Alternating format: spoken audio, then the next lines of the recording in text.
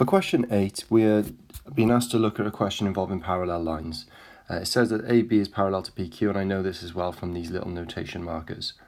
So what makes this problem quite challenging is that we have two lines which cross the parallel lines.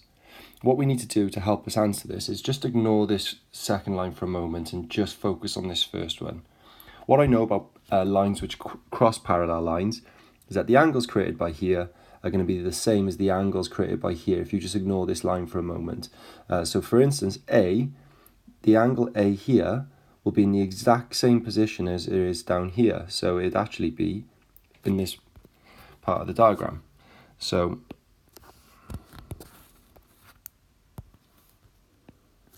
A would be by there. I also know that angles which are vertically opposite each other are going to be the same. So angle opposite from there is going to be 52. So that tells me that A is actually 52 degrees. There's more than one way of answering these questions.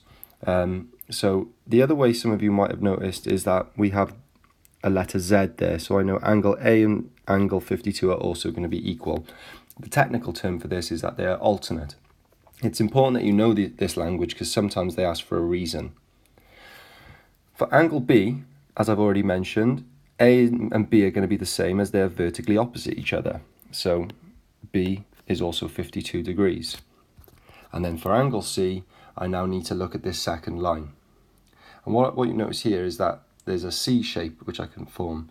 So if I just highlight that for you.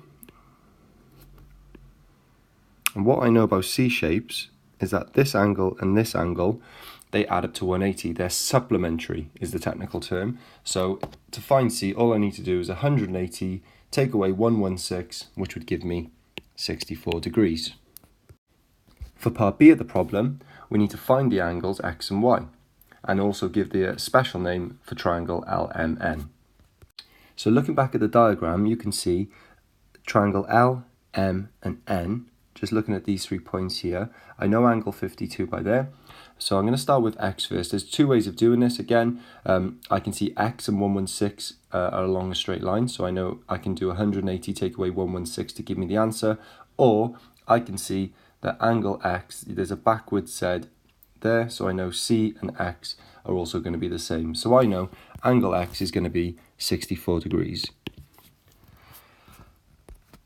The other thing now for Y is that I've got two angles in the triangle already, so I can just add these together and take them away from 180, or I can do A add C and Y add up to 180. But either way you do it, 52 plus 64 away from 180, you'll notice will also give you 64.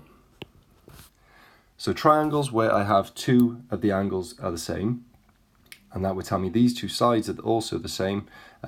The special name given to this type of triangle is an isosceles. So I know angle X is going to be 64, angle Y is 64, and the special name